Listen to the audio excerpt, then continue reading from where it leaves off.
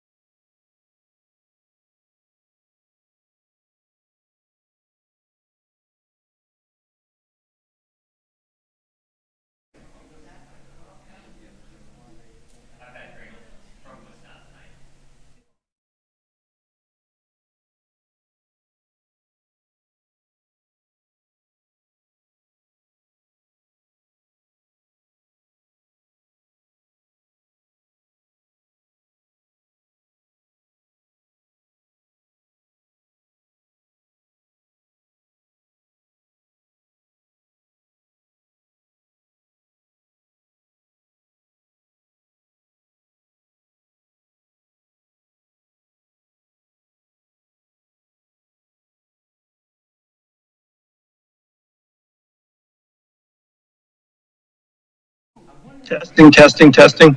Yep, we hear you, Chuck.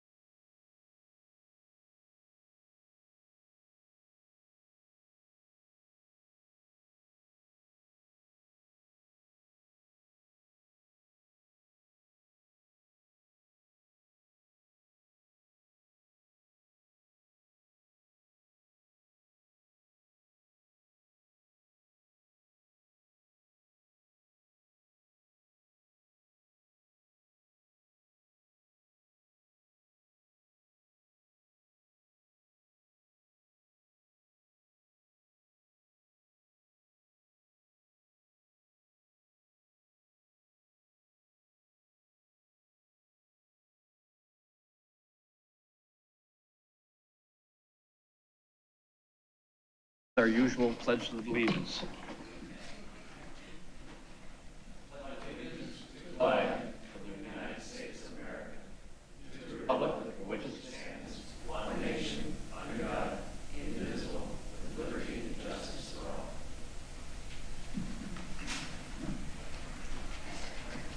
Thank you. Reminder to commissioners to turn on your microphones if you wish to be heard. We have at least one person participating remotely, so I think that's the only way he'll hear.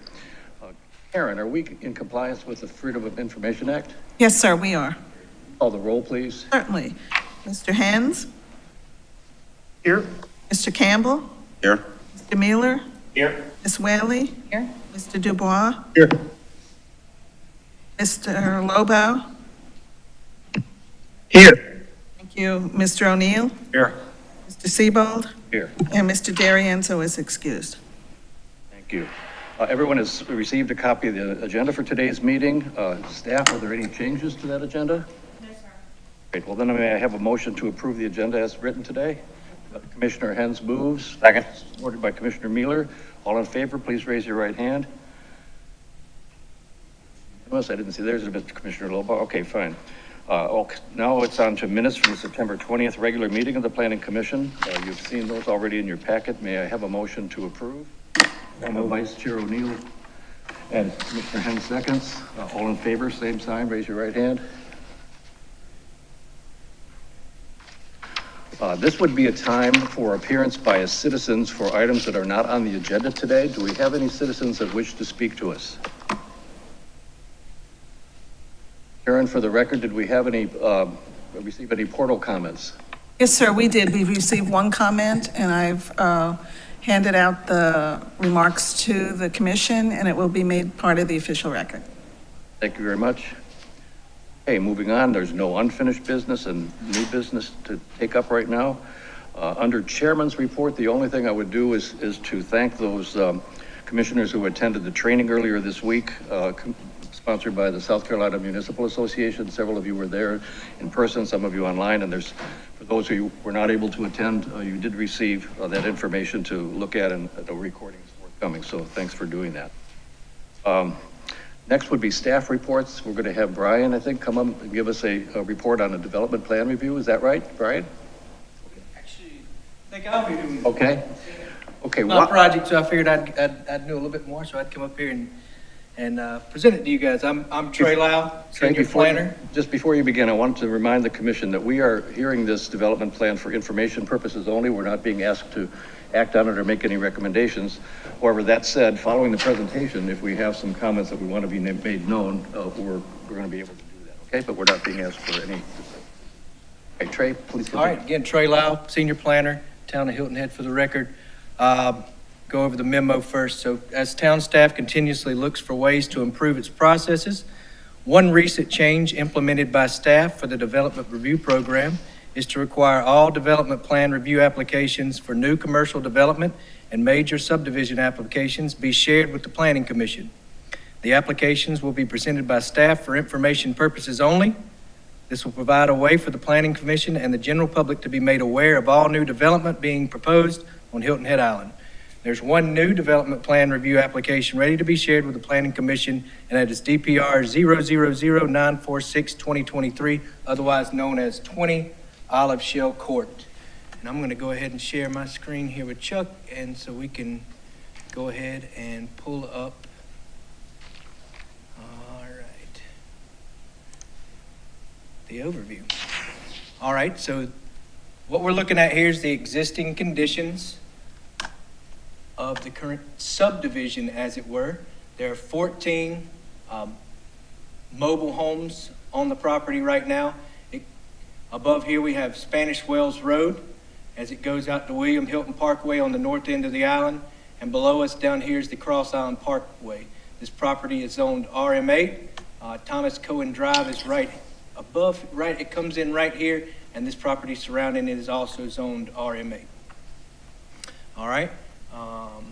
As you can see, the property consists of this parcel here, which is the right-of-way as it comes in, and then these surrounding parcels starting with number 3 and going all the way around the parcel to number 4 are what the project consists of.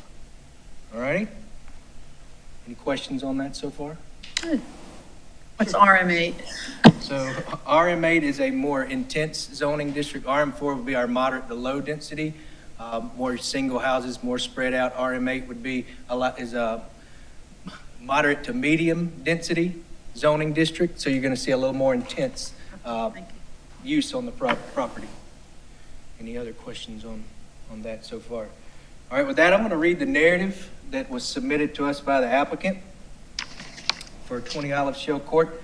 All right, so the evolution of the housing market on Hilton Head Island has seen the growth of for-rent housing developments along minor arterial roads on the island. These small communities seek to provide housing for full-time residents, such as entry-level professionals and working families that support island services and businesses. The repurposing of Olive Shell Court to a duplex multi-family enclave on Spanish Wells Road will support diversifying the rental options on island. Developed as 24 mobile home rental subdivision, Olive Shell Court will be re-envisioned as a unified multi-family development consisting of 20 for-rent duplex buildings. So 20 duplexes, that's 40 total dwelling units on the property. These will consist of 24 four-bedroom units and 16 three-bedroom units. A 5.2 acre parcel in the RM8 zoning district with arterial corridor and OCRM high tide overlay. The property will be serviced by the existing access point on Spanish Wells Road, so that they are proposing to leave this infrastructure in place and use that road as their access. The existing road network will be used and the associated stormwater conveyance will be reused and expanded in the final development. Bordered by single-family RM8 zoned properties on the north and west, power lines in the Cross Island Parkway to the south, and Summerfield to the east, the property will include a 20-foot building setback around the perimeter and varying buffer requirements. Though the Spanish Well Road frontage is limited, it will contain a 40-foot building setback and 25-foot buffer line. The proposed two-story overparking, 36-foot by 56-foot and 36-foot by 50-foot footprint duplexes will form a streetscape, and the architecture will complement the island development character. A minimum of 2 surface under-building parking spaces will provide per unit, meeting the land management ordinance or the LMO requirements for 3 bedrooms plus, so that's 3 bedrooms and the 4 bedrooms requirement, multi-family units. The as-built survey indicates the existing significant and specimen trees on property as well as a limited wetland areas. Open space areas, including the entry park space, will provide common area for recreation and enjoyment for community members. The stormwater BPM or BMP areas will serve as a backdrop for the residents and green space for viewing. In closing, the development of appropriately scaled for-rent duplexes into the existing fabric of island residential will provide an opportunity for island residents to be closer to their jobs and involved as full-time residents of the island. Please note, this parcel does not qualify for workforce housing per the Town of Hilton Head Island Land Management Ordinance. And with that, I will bring up what they are proposing. So in red, you will see the 20 duplex units that they are proposing. They have put some pathways in for connectivity throughout the development. There are 8 off-street parking spots to serve for extra parking for guests that come in. These are over parking, so the 2 parking spaces will be provided underneath the structures with the driveways eligible to park as well. And they are offering a pool amenity with restrooms within the subdivision or the project as well. I'm sorry, it is not a subdivision, it is what they're doing is recombining the property into one parcel and then making it a multi-family use at this point. All right, and with that, I will ask for questions on that portion. Okay, no problem. Can you see it now? No, but that's okay. I'll just refer to the packet. That's not a problem. Whaley. Yes, thank you. I've got it. With, Sorry. I'm sorry. Okay, Chuck? So with 40 units, under each unit, you can have 2 in the garage and 2 in each driveway? I'm not clear on how the parking works here. So they are required to have 2. In the garage structure? Or just 1 in the garage and 1 outside? So the LMO requirement in the RM8 zoning district for multifamily, 3 or more bedroom dwelling units is 2 parking. It does not have to be it doesn't have to be garage parking. It just has to be either in the driveway, in the garage, and they do meet that with the two over parking. Not quite my question, but I'll try Okay. again. So when I look at a single unit, they can park 2 under Correct. and 2 in the driveway? The width of it? Would you be able to? So but our traffic engineer has done this, or went over the plan and has determined that it does meet it, being that they do that. And I know that one of the comments that he had was that they pushed the homes back a little bit further so that they could put the 2, as we all know, that most people use their garage for storage.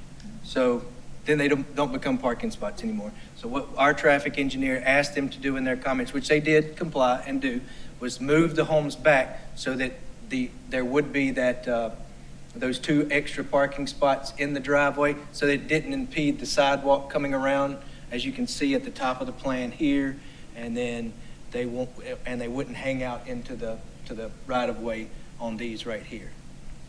And follow up to that, so you have 8 visitor spaces, 1 handicapped, 40 units? Yes, ma'am. Okay. Just explain, maybe your traffic guy can do that. Explain why 8 is the right one so people understand. And then the other question is, I noticed there's no turnaround for emergency vehicles, so if you could address both of those.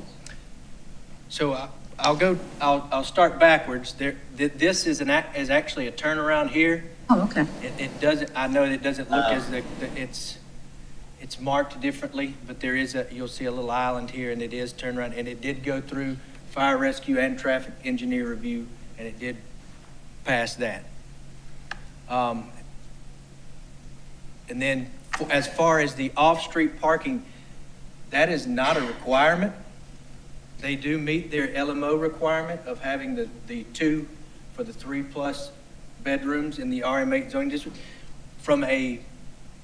In a previous planning commission meeting, we had a similar instance where we had very narrow driveways, and that we were asked to add some off-street parking for the people that would be visiting, for Thanksgiving or the holidays or whatever. So that's why we've had them, or asked them, to add these additional. When I think the plans first came in, these 4 up here were not part of the plan, so we wanted to have that additional parking for that, to meet that planning commission ask from a previous planning commission meeting. These 4 here were there because they service the pool, and obviously if anybody was to use them, during a holiday or family visit or whatever, they would do. Thank you. This is for rental use only, right? This is for rental use only. Not weekly rental. This is long-term rent, not short-term rent. I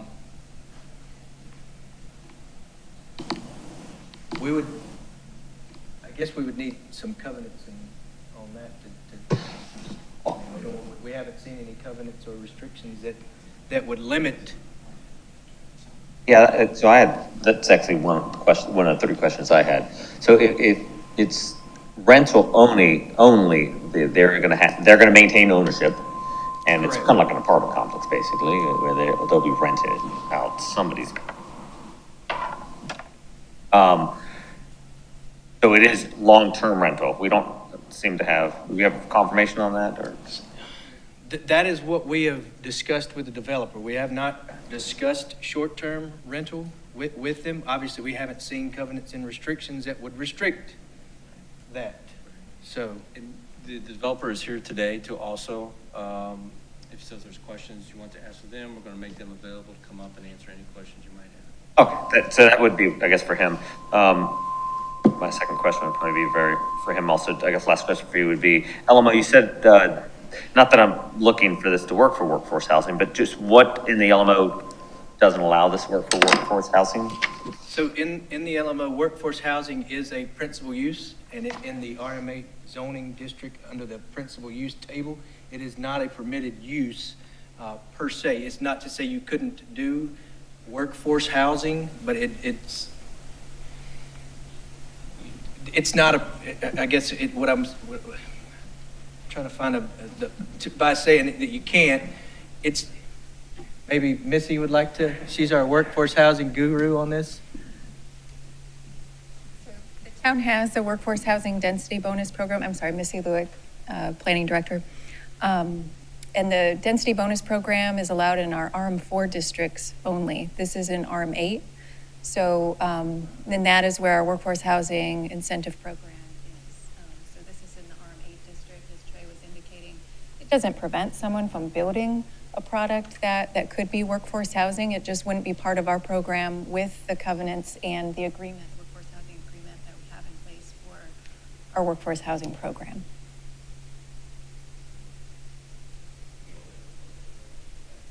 Absolutely. We certainly would be, when we do our full LMO overhaul, we certainly are going to be looking at our existing workforce housing code that's written. We're probably going to be looking at writing a housing incentive chapter, and certainly we can look at other districts where workforce housing should be applicable. Other questions or comments? Commissioner Dubois. Doing some simple math in my head, it looks like there could be up to maybe 160 vehicles in this area. Is there any consideration to whether there might need to be a traffic light exiting this area onto the main road, I guess Spanish Wells? Has that been looked at? We did not require. Again, Brian Ebert, Town Hilton Head Development Services Manager. Our town engineer conducted a traffic impact analysis as recently, I think it was finished in January, February of this year. So in future out years, there is some consideration for at the intersection of Jonesville and Spanish Wells for both either a roundabout or for another signal or intersection improvement. But those are in future out years. I think it was 2045 is when it was projected at the time. But, you know, that's something that's going to be, council will be made aware of. Down the road. Yes. A concern I bring up probably all too often is I see the work that the developer has done to communicate with the people that are having to leave the community for whatever reason. Is there any place that we keep track of, though, what happens to those folks? Because given the respective rental differences, I know that most of the people that are moving out of those trailers are not going to be able to afford homes in duplex. So does anybody keep track of that? Meaning, is there a database of our long-term rentals who are displaced because of? Yeah. Not that I'm aware of. I don't think it's an issue just for this project. I think it's as we go through these development efforts and we displace people who may or may not be able to afford to come into the new places, are we paying any attention to where they're going to go, or are we just compounding our affordable housing problem? Great question. It's one that the Housing Action Committee has identified as one of their first action items. And we're working on an anti-displacement strategy and emergency response plan. And we will be developing programming to have baseline data on some of our existing affordable housing on the island. And we'll have strategies to assist with displacement when redevelopments like this should occur. So we're working on it, but we currently don't have it in place. Questions or comments? Commissioner Whaley? I talk about intensity of use a little bit. If I recall what you said you're going to use the existing infrastructure, right? The sewage and stuff. The multiplier here is from 24 mobile homes, which, standard mobile home maybe has 2 bedrooms, 1 bath. How many bathrooms are expected in each of these units? And has there ever been any sustainability or infrastructure problems on the land as it's currently used? And how do we know that this parcel and the current infrastructure won't be stressed by this? Basically, it's like a 100% multiplier. So that would be more of an engineer question. And we do have their engineer here who has done those numbers. Where if you would. So introduce yourself. How you doing? Nathan Sturry Engineering. I'm the civil engineer on this project. We've met and coordinated with Hilton Head PSD. They just have to pay the increase in capacity fees. They do have adequate utilities on site to treat the homes, and we've got approval from Hilton Head PSD for this development. I'm not sure on the bathroom count. Is it 2 or 3 bathrooms? Yes. Roughly.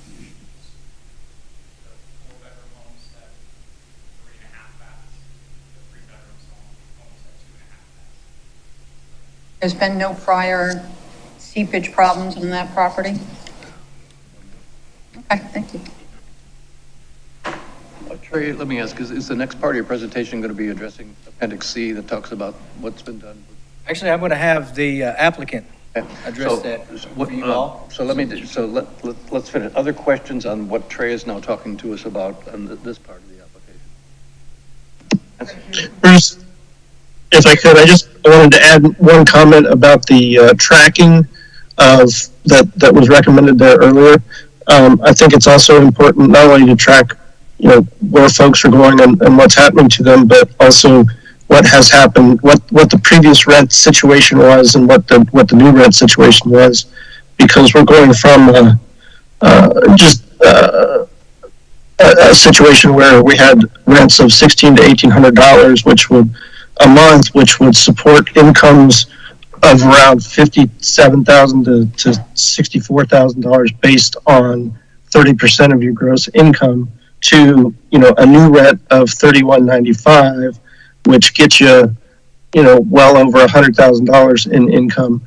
And I just think it's good that we track that too, because we need to understand whether we're filling the gap with what we're attempting to do. Thank you. Commissioner Hans, did you have a comment?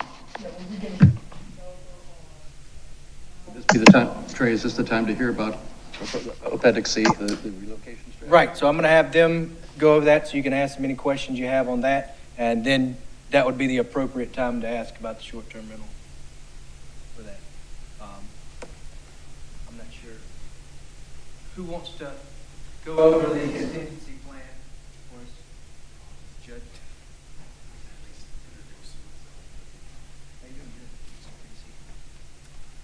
Good afternoon, Chairman, members. My name is Judd Karstens. I'm with Whitmer Jones Kiefer, landscape architects and land planners working with Mr. Corey Wenzel, the property owner. As Trey mentioned, this was a mobile home rental community. It was under a single ownership but multiple parcels. This project represents a combination into a little over 5-acre parcel, and thus applying the densities as per the LMO. We have 41 unit max, and this plan represents obviously the 40 units. When it comes to floor area coverages, we are under our impervious overall coverages. We are utilizing, as he's mentioned, a lot of the existing roadway, and what are some of the other things I want to make sure? We're not impacting any of the significant or specimen trees. There's basically, we've improved kind of the end of this development. Before it was more of a hammerhead kind of end, and we've been able to complete a full circle at the end of that.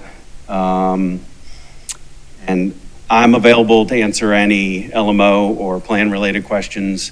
Mr. Wenzel will be able to answer any kind of rental as far as the programming that they anticipate. Commissioner, questions for Mr. Carstens?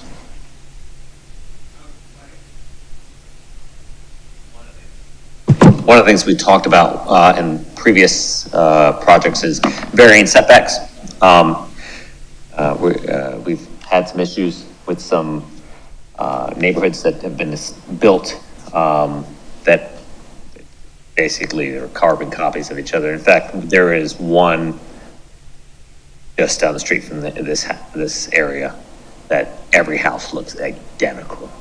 And because I rented a house once near there in Spanish Wells, and I would drive by it and I saw them building it. It's like just carbon copies the entire time. Do they have varying setbacks? Is it different each home, or are they carbon copies? They're all very similar footprints. We are going before DRB subsequently. We do have the color palette. I'm actually on the DRB. And we have our island palette as far as colors. You know, we're avoiding high contrast. We're avoiding white or black. It's kind of that middle range. Trey, do you have the planting plan? Or is this the only plan that the commission see? This is all that was included in their package. Okay. So overall with this project and this property especially is, it's got a very limited quote unquote public frontage on Spanish Wells Road. If you've driven by there now, you probably see the live oaks and you see this kind of relatively straight drive more so. Once you get into the property, we are proposing a full-on streetscape. So there will be some repetition to this, but also that existing street network where it does make the turns will help to kind of break up that straight line. I know off of Spanish Wells Road, there's that Sunderland Point, which is the long run, and that's something we seek to obviously avoid, with the idea of coming in and you're coming in on architecture and then moving down and having these, this kind of turn. These aren't necessarily that long of runs when you start thinking about blocks as far as the straight sections here. Questions or comments? Okay, Trey, which is the next part of the presentation you want us to do? So then we will move, Trey Lau again, senior planner for the record. We will move for the contingency plan. And that would be, again, the appropriate time to ask for the short-term rental questions, anything to go towards those. Did we know who was going to present our contingency plan?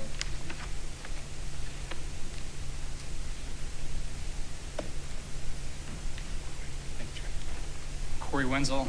I run Crevo Capital. I'm the developer of the project. We had 13 mobile homes there. To be clear, there wasn't 14, there was 13. One was a land lease where the current owner moved his home upon expiration of the lease. All leases ended in June of 2023. All residents were given the opportunity to extend their lease an additional 4 months at the same rental rate while they seek new housing. Rental letters were delivered in English and Spanish, and our property manager that managed the property was fluent in both languages. 4 of the units chose not to renew as they had already secured additional housing on or near the island. When residents moved out, they're given full refunds immediately of their security deposit, regardless of the condition of the unit. The check is handed to them in person, thus they are getting immediate access to the funds if needed. We've had some residents that renewed for the 4-month option, but moved out early because they had found additional housing or had actually made a purchase. These requests were immediately honored and followed the same deposit process. Units were made available for sale, and some were sold to referrals from our current residents. Although residents were aware of the homes that were for sale, none did follow through or make initiations to us to make those purchases. At this time, all homes have been sold to different individuals who own businesses on or off the island. We've sent letters to the buyers of the homes recommending our current residents as outstanding tenants. Those current owners have a list with all resident information if they chose to do so, to be able to contact them if they would want to rent from that new owner. At this time, we do not know the exact location of where all residents went. However, we did field many rental verification requests from various housing communities on the island and around the island. All of our current residents will be welcomed back at the completion of our project. We have their contact information and we'll reach out to them accordingly. We will also look at move-in incentives, as well as possibilities of waiving application fees, et cetera. Prior to our acquisition, Olive Shell was a market rate rental community. Current residents had rental rates ranging between $1,600 and $1,800. At the time rental rates had not been finalized for the new homes, we are looking at a rent basis of around $31.95, and that will depend on final construction costs, interest rates, and floor plans. As stated previously by staff, this LMO, this development is not a government-approved housing or for workforce housing, and the LMO does not provide for the specific site to be workforce housing. You had many questions regarding. Questions for Corey? Commissioner A little confused, help me clarify in my mind. Are these going to be individually owned or owned by a company, and they're all owned by the same owner of the company? Currently owned by one individual company. That's why we've taken the parcel and changed it to one specific development, one specific owner. That's what I had understood before you started presenting, but then I thought I understood that you offered So they're something to someone. They're manufactured homes that are currently there. So those individual manufactured homes can be moved. And that's what Those are what we're offering. Yes, sir. Yes, sir. Sorry. The current chattel property or manufactured home that is on the site is what I was referring to. Sorry. Thanks, Joe. So basically, this is just going to be a BTR, am I correct? Say that again. BTR, build to rent? Correct. Okay. We call it SFR, but single family rental. Yes. Yeah. Yes, sir. Okay. Now, is this going to have the same makeup as the development down Spanish Hills Road that was built by Village Park? When you say same makeup, can you be more clear? It's going to look the same? No. Same square footage? Because those have 4 bedrooms also. So our design is very unique and not done on the island yet. You guys have brought up a lot about parking and questions on garages, et cetera. I don't know how much detail they give you, but our specific property allows 2 cars to be parked under and a massive storage room on the rear. So we believe cars will be parked in the driveway, in the garage. So to answer your question, no, we've done a lot of fundamental differences that are not the same. We have multi-story elevations, primaries on the second and first floor. We believe our design is different in a good way. We also step the buildings so that when you drive down it was a question about how they all look the same. They don't look the same because of the design and how, when you look at the streetscape, I can't change the road or the way the road would lay out. There's only one real design for the size of this parcel, but the buildings have a setback across and vertically staggered. Okay, so each building would be, that's what we're hoping to see. Awesome. Yeah, because in this design, it's just kind of they're all just blocks, and it's hard I to. a color site plan Yeah. I could show you, but that would give you, Mr. Miller, more information on how that looks when you go down the streetscape. That's the variance setback. Are there going to be different colors? Yes, sir. Okay. And we've used all of the coastal colors that are designed in your approved DRBs. I call it their color scheme. We're not using any whites. We're not using anything that would stand out as some other developments, I believe, or do. Excuse me. Yeah, so I guess the long-term rental question is still there, versus the short-term, it's a huge topic on the island. And so is it written in your HOA or organization that it's going to be long-term? We are currently not looking at anything that is, there's a very different definition of short and long-term, okay? So I believe you mean less than a week as short-term. So I value short-term as less than 2 or 3 months. So I really can't answer that. I would say that we're looking at all aspects as it is a single-family rental community, but we're not currently targeting things that are day-to-day rental. So a question from staff. This property is zoned RM8, and so by right, this development fits without any consideration of an exception to the LMO. Is that correct, Missy?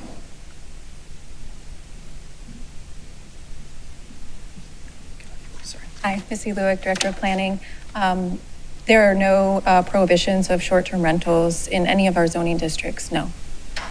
So they could, by the code, do short-term rentals and seek a short-term rental license and business license and meet those requirements. Yes.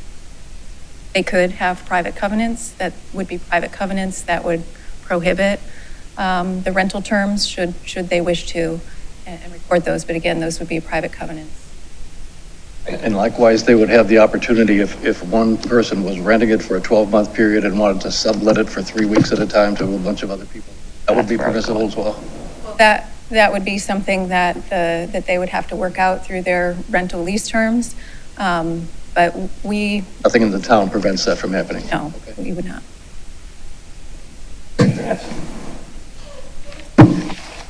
Yeah, the final paragraph from Whitmer Jones Kiefer states that about the existing fabric of the island, residential will provide an opportunity for island residents to be closer to their jobs and involved as full-time residents of the island. That sounds great to me. That's great. If you add in short-term rentals, that's not that at all. It's something totally different. So am I reading something wrong or am I reading something wrong? So, Mr. Hens, someone could be sold their home and they're waiting for their new home to be built and they only need a 6-month lease. By definition, it's a short-term lease. So, Okay, so I guess what you're asking for my about point, it's vacation 1 week. rental maybe is what you're getting 1 week vacation rentals, that's what I'm referring to. We've made no decisions regarding, but at the same point, it's not the type of design that we're using for this asset. Questions, Commissioner Whaley? Have you built anything on the island before or within the greater Bluff and Beaufort area? Any rental homes? I've built many homes. I've not No, built. developments like this, either on the, I'm not familiar with you, maybe my colleagues are, but have you built anything like this in the area, like Beaufort County, Jasper County? Not in Beaufort County or Jasper County. Throughout the Now- United States, we've done about $100 million in residential development. Okay, I did read that on your website. How many of those have you converted to short-term rental? 0. Absolute 0. Other commission questions or comments? I think the removal and trying to remove the mobile homes or however you want to call them is a good idea. I think it's a more sustainable idea. So I compliment you on that. Other than that, no. Happy. I'm seeing no other questions up here. I'm going to open it up to anybody from the public who would like to address us on this topic. Is there anybody here who would like to speak? Yes, ma'am. Would you come forward, please? Hi, I'm Amy Fee. I'm a long-term resident in Forest Beach, and I just have a few questions, given the narrative and some other wonderful questions that you all posed. So the narrative says that it's for entry-level young professionals and families, but you're building 4 bedrooms and 3.5 bathrooms for young professionals at $3,200 a month. I mean, I don't think that's in balance with young professionals. I mean, and do you anticipate then people moving in or multiple families coming in, renting those, like you can have 2 young families coming in for 4 bedrooms there? So have you thought about that? That's just something that I heard in the conversation.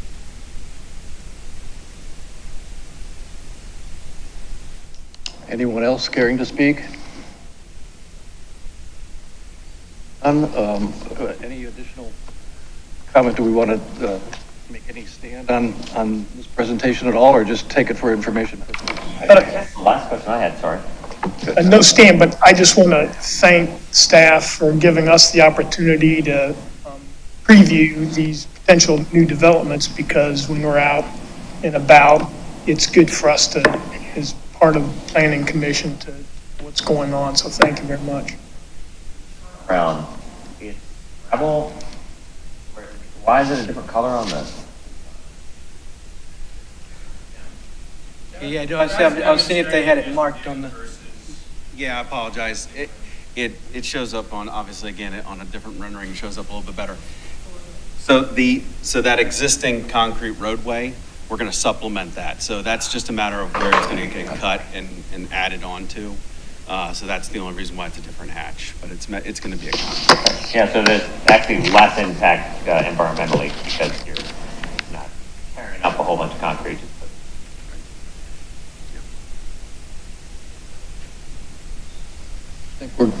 Yes, ma'am. The only thing I would suggest to town staff is you've heard some of the concerns today. And I think it was Commissioner Lentz who did say that this is going to be appropriately scaled for the fabric of the island, and that it's really focused on full-time residents of the island. So we'd like to make sure that however this is approved, keeps that intent in mind. Thank you. Let me add my thanks, Corey, Judd, Trey, Brian, everybody. Missy, thank you so much for your preparation for this meal today, and we do not have any other business, so we will stand adjourned. I